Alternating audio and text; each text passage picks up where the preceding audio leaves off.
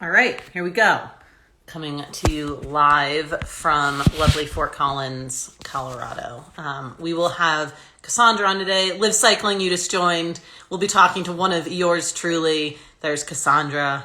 I'm super excited to talk to her. Her reputation absolutely precedes her. I have never met her personally, just internet friends. So, and it says, Cassondra, you must update your app in order to join, which is hilarious. So hopefully you can go and update your app while we wait. Or maybe get the keys to Live Cycling's Instagram. Live Cycling, you can join as well while we wait, should you want to. But Cassandra's awesome. She has a great story that I think a lot of women can identify with is, you got into cycling through, you just like found your way there, and sometimes to like process something or to, it's more like a mental thing. And then, what kept you there wasn't necessarily just like fitness or performance, but it was the community and the support that you got from the community in general, which, that can make or break it. So, it's just like a story that resonates with a lot of women. I'm sure men too. I can only speak to my own experience. But it's, I'm excited to talk to her. She's done a lot for cycling, and I think that's, absolutely incredible. So Brooke, Hopper, and Sweet Pea, you guys have requested to join, but I'm going to see if Cassondra can come back. Waiting. She had to update her app, which generally means you don't use Instagram a lot, which is kind of nice. Hey, Made it. Oh my you God. made it. That's so exciting. That was stressful. It's, you know what? I think it's probably a good sign that your Instagram was out of date. Um, like you're just like, I'm not on this enough to update this regularly. I just thank you. I didn't hear all of the things that you said in the intro, but I just want to just thank you for hosting this conversation series. Of course. I had an opportunity to watch you talk with Tina and Sarah, and wow, I'm already just, I really feel inspired by just this platform for sharing experiences and stories. So thanks to you and the Pros Closet for inviting me along. That's incredibly nice. I definitely don't want this to be about me at all. This is highlighting people like you that are making a really impactful difference in our community. Chris, thank you so much. Chris works, he's an employee of Giant, FYI, and he's amazing, just such a good human. So I would love to just jump right in and, you can quickly brief us on your backstory, because I want to focus on, yes, let's look backward. The only time we should ever look back is to see how far we've come. But I love, what you're doing for our future. So I would love it if, you could just tell us, the start off with Bellingham and realizing that trails are a thing and community and mountain biking, and it's fun. Wow. Sure. Yeah. It's been fun to kind of look back to share this story, but some key things were, as somebody that has always loved riding bikes, living in Bellingham, I bought a bike just to get around to campus and to my various jobs, and discovering the trails was like, oh, this is mountain biking. I mean, it was kind of an epiphany. And that was soon before I was leaving the area, but I took that kind of initial passion with me, and I went to Steamboat Springs, Colorado, and they had this town challenge race series that was absolutely just thriving. And somebody new to the sport, like just getting the opportunity to go out and ride my heart out and cheer people on, it was the hook for me. I just like, it was a way to just appreciate all levels and the joy of riding, and also it kind of like motivated me to ride more, which was good. Totally. I think like in the beginner mindset, I think, a lot of times people like poo-poo beginners because they're like, oh, you don't know things. But I'm like, no, that the person that's getting into a sport for the first time has such fresh eyes, and they aren't jaded. They don't, they don't see anything that's wrong with it. And they're just at that moment, you're so innocent, like just blissfully excited. And it's like, God, I just wish that could stay throughout. Like that a community is good enough that like your positivity and excitement is just pure the whole time. So I think that's just being able to like remember that is just so nice. It is, and I think I'll continue with the story, but right now we know that a lot of people are coming into the sport, and pretty much everybody that rides a bike is an ambassador for the sport, right? Totally. And just the thing that I think I get to think about all the time working with Liv is just creating a welcoming people. What does that look like? And you know how it feels to feel welcome. So anytime you're on a ride, like just the slightest gesture can kind of make all of the difference for those new riders. But totally. Yeah, getting back to the experience of after Steamboat Springs, I actually moved to Bend, and you can kind of sense a trend. I've lived in really awesome places. Yeah, like you're just checking all the cool boxes. I'm like super jealous of this, so that's another story for another day. Totally. But in Bend, we have, the legendary Cross Crusade series was in Oregon. And this was back in the, 90s and continuing on. Such an incredible crew. Holler to all of those people. But I started just going to those races, and I started racing cyclocross, and I was not good at it. Let's be clear. I suck at cyclocross, but But you had fun? I want to be honest, not all of the time. Here's what I say about cyclocross. It looks hard, and it's harder than it looks. Yeah, that's nice. That feels like a very like mountaineering quote where you're like, it's farther than it looks, it's harder than it looks. But I fell in love with the culture. I fell in love with cowbell and mud and heckling.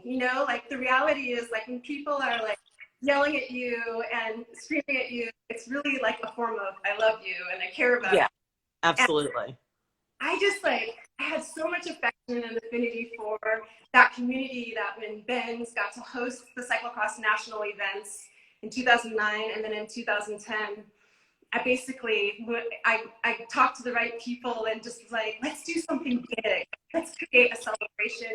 It's going to be, it's a stage for us and for all these incredible people that are traveling here from around the U.S. So let's have some fun with this. Yeah.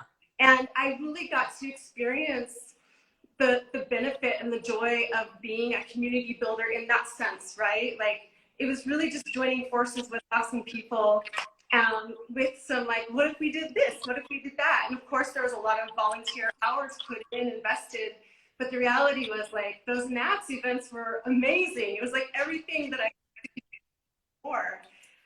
So that kind of stuff, it gave me confidence about my own role as a community builder in a way. But then the other kind of big thing that happened in my life was in 2017, it just things kind of imploded and as they sometimes do. Oh my God. I mean, yeah. And I feel like it's not just one thing normally. It's like when you read those statements where it's like, here are the hardest things you could possibly go through. And it's like, okay, I've done 3 of them this year. How many more? Yeah, I think that a complete unexpected thing was that I had been working with Ann Litton, who's a cycling coach in the Bend community, just doing some marketing consulting. And she's like, hey, I would love to give you coaching services, which by the way, I'd never had, she's like, and I wasn't racing actively at that time. I was just kind of up for rides with whomever. And so this was in February, and she told me to choose a big goal. And I chose the Capitol Forest 100 mountain bike race, which is in yeah, you were big. Just deep down. It felt big. It felt like okay, I'm going to step up for this. And it was perfectly timed because, March and April were probably the toughest months of my life thus far. But I mean, 2 things happened. One, I had a friend who gave me the best advice of my life. And essentially she said, tell your friends. ask us, what do you need from us? And the other thing was just having a program, right? So Yeah. it was like the experience of people showing up for me when I really felt the full impact of community, Yeah. That makes me like want to cry. It does me too. I'm kind of like shaking right now as I talk about it because Yeah, it's so funny that like when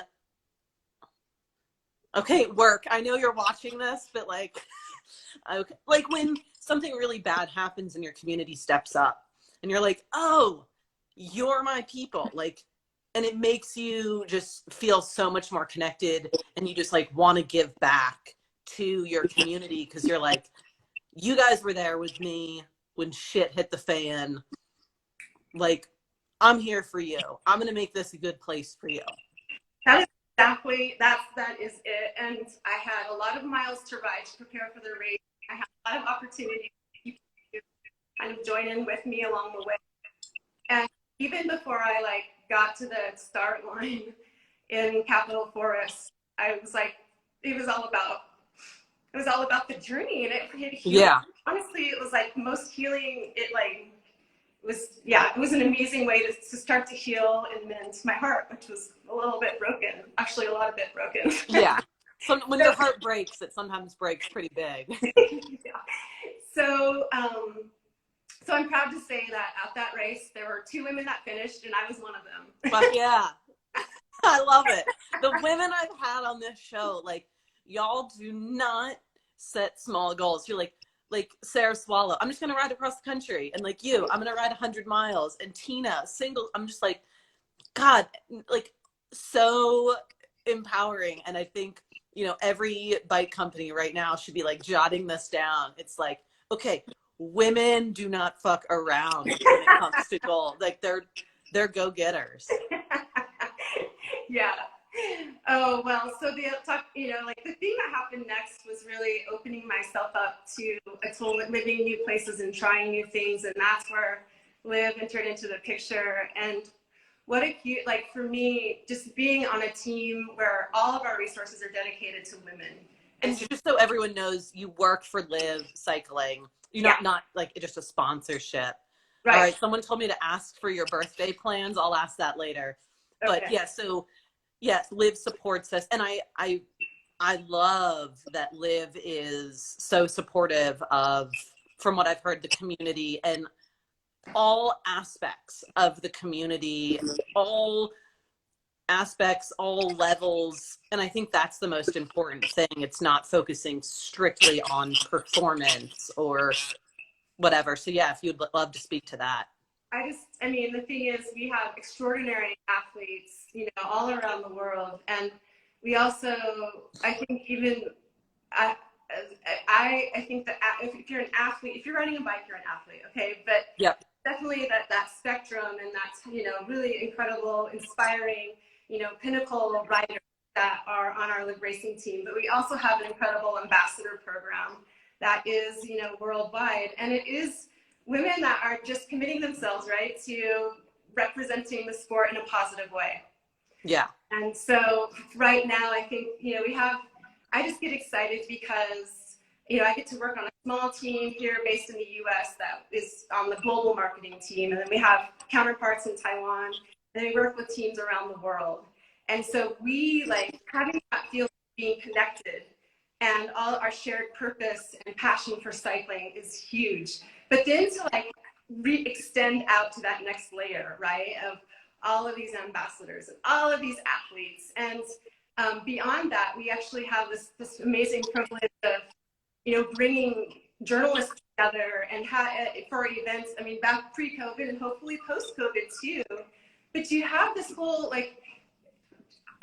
this group of, and for us, it's women. It's women, mechanics and everybody, is just, and the inspiration from women doing what they love to do. And I get really inspired by the journalists that are actual trailblazers, right? Yeah. And that underrepresentation is a thing in the bike industry. Oh my God, you are speaking to my soul right now. I'm like, the women journalists that go and write the hard things Even if I'm sure they're sweating and shaking while they're writing it, because they're like, man, I might not get support on this. I'm like, yeah, good on you. Like, you're doing the right thing. That's hard. The right thing is not the easy thing most of the time. That's right. And right, I mean, I think that always time to be courageous, but it seems like this time right in the world is especially calling for courage, right? And so there are people that are telling really truths to power that are really important. Um, Yeah, I think that sisterhood of cycling, and don't get me wrong, like I love riding with all people. I mean, but there is something 100%. special, and I love riding all bikes too. I mean, I don't know how to ride a unicycle, but most other bikes I can kind of jump on and feel pretty comfortable on. But something about riding in the forest with women, like that communion, that experience is like nothing else. I mean, it's so amazing. Yeah, it's like, I mean, and it's so funny because it's so basic. And I feel like, we've lost touch a lot that, like, you read those books and they're like, oh, nature bathing. And like, it sounds so granola groupy, but you're just like, no, there's something really medicinal about getting away, like using our physical self, and then being outdoors. That is just like, I don't know if it's our like lizard brain, but we're like, oh yeah, that feels right. Like something in us is like, yep, I feel good now. It's medicine. It is medicine. Yeah, it heals for sure. And it also bonds in a very unique way. I mean, just sharing experiences and they're unique, right? I mean, I think the other thing about mountain biking, just to stay on it for a minute, is that sense of flow. I mean, it's a Yeah. personal thing, but it's also a shared. I mean, you are riding through and you are so present, and you also have that experience of flow, and then other people are having their unique and individual experiences. Something about that is like, yeah, it's powerful. So yeah, I get to I think just do some really interesting and fun things in the work that I do. I mean, and I know I think there's this thing also with, we are telling stories of others and being a part of that too. And man, in the last year, like everybody we all were on pause in a way. And so thinking about what does cycling mean to me and cycling mean to ourselves? Like for some people in different parts of the world, even now, they're on lockdown. Like they are literally cannot leave their homes. Yeah, it's crazy. And just seeing community in a whole new way. Like I've loved the online sphere for the opportunity to connect with people. But I think just watching how people would get on Zwift, do whatever they could to stay connected and in community and writing over the course Yeah. of the past year has been phenomenal. And I have new friendships formed from those experiences yet again. Yeah.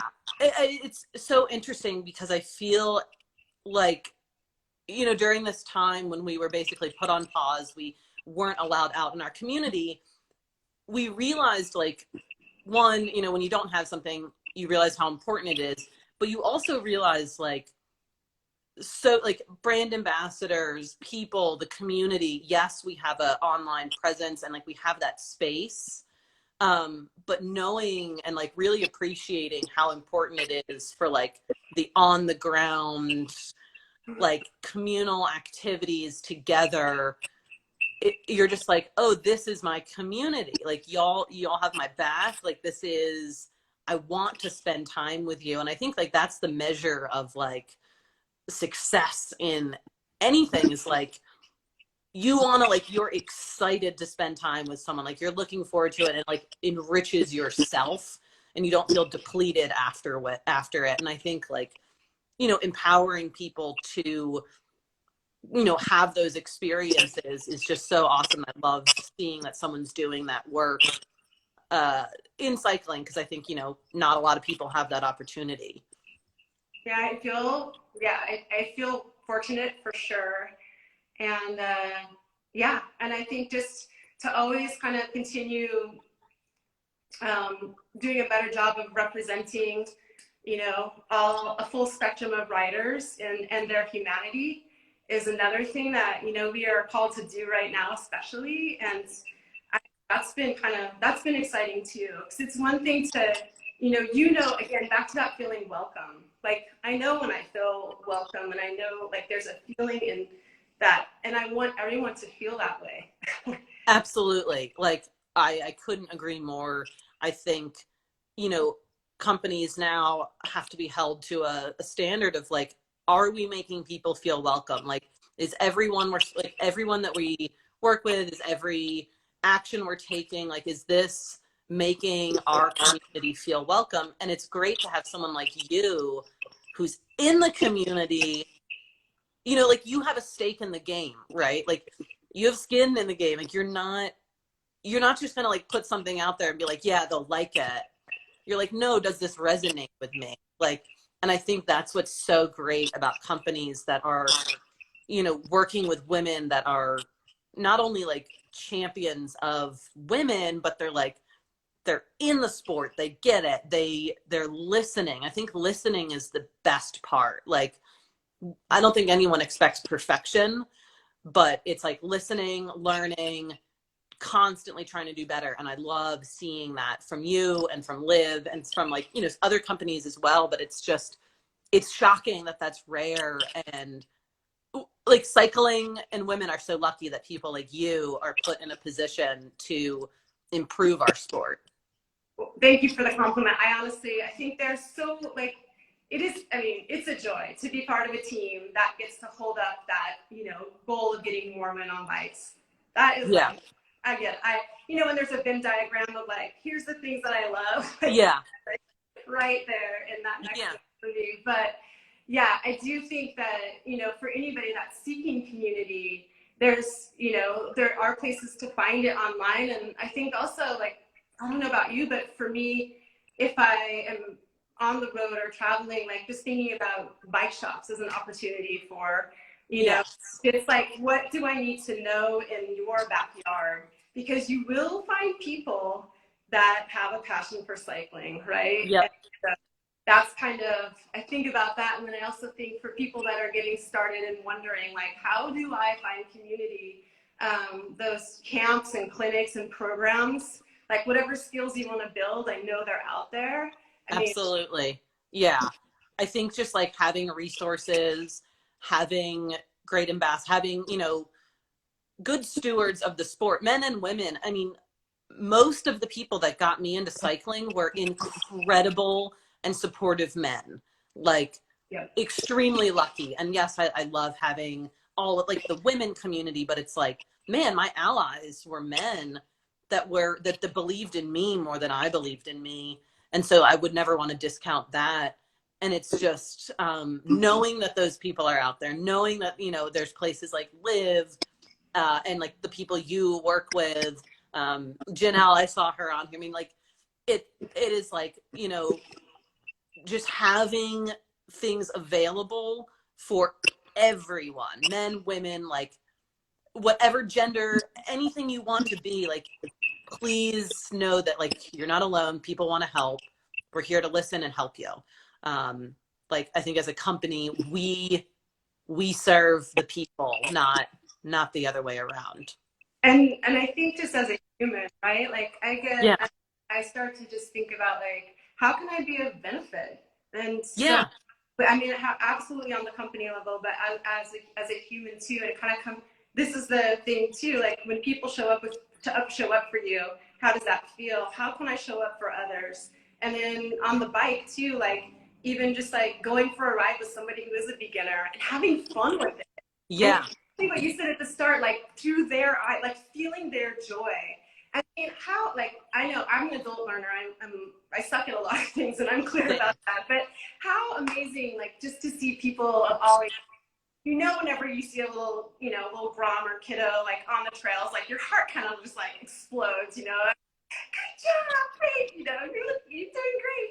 And, but I feel that way for a lot of people. I don't necessarily say it to everybody because some would really not. Yeah. Oh my God. 100%. I rode with my neighbor this weekend. She's just started. She just got a new bike, and I took her on like one of her longest rides she's ever done. And I chose like literally the hardest 50-mile route in Fort Collins. And oh man, she got through it. It was hard. And she got back and she was like, that was the best thing I've ever done. And I was like, oh my God, I remember that. Because I look at this ride and I'm like, that's whatever. And I forget, I'm like, oh shit, like, this is why I'm here. It's just like, oh my God, I'm riding my bike. This is great. Like, I helped this person do it. And it's like, that was more rewarding than any other accomplishment. Like, I don't care about going fast and like, whatever, that's cool, I guess. But it's like, fuck, man, you had a great time. And I was like a sliver of that. Like, selfishly, that makes me feel so much better about where the sport's heading. That's right. I mean, that is the not so secret that it feels really good to do. Yes. Kind. You're like, and it's the easiest thing to be kind and to share your joy. And yeah, that is, yeah, it's phenomenal. Yeah. But I mean, before we like head out, what else is on your to-do? Like, we got to finish up with your birthday ride. I want to know about that. I'm sure you're turning 21. So it is a milestone birthday, but it's not 21. So I like to, well, I've had this on my list for more than this year, but I'm hoping this summer is the right one. I want to ride around Mount Rainier in a day. So it's nice. Really like 150 miles and like 12,000 feet of climbing. So it's a doable thing, but it's something that feels hard enough. Oh, for sure. You can hang your hat on that. That's nuts. That's awesome. What a cool goal. Let me know how it goes. I'll look forward to it. Yeah, just ping us and let me know when you're doing it. That would be incredible. And yeah, again, like, thank you so much. I think like on behalf, I'm not trying to speak on behalf of everyone, but I think I can maybe speak for a lot of women and a lot of people, not just women, that we need more people like you in our community. Trying to just do the right thing, not necessarily the easy thing, to make everyone's experience better. And so I'm so happy that you were able to join on this call. Thanks again for having me, and thanks for this entire series. That I looked down the line of all the women that you're going to be talking to, and I'm so excited to hear what they have to say. I mean, I think you know it. You know this well. Like, you can't listen to somebody's story and not fall in love with them, right? Like, 100%. And so you're just creating this opportunity not only for people to kind of share their wow and what delights them and excites them, but you really are kind of creating more connections within them, the writing community. So thanks again for initiating this. I really Oh my God, it is my absolute pleasure. It has been wonderful meeting all these new women, and hopefully anyone that listens to this learns something, that feels more heard, or they at least know that there are resources out there for them. And I think that's the point, is spreading, aspirational, inspirational stories and hoping that people can learn something. Yeah. Well, I'm honored to be a part of it. Thank you so much again. It was wonderful, and good luck on your crazy ride. Thanks. Yeah, of course. Bye. Bye-bye.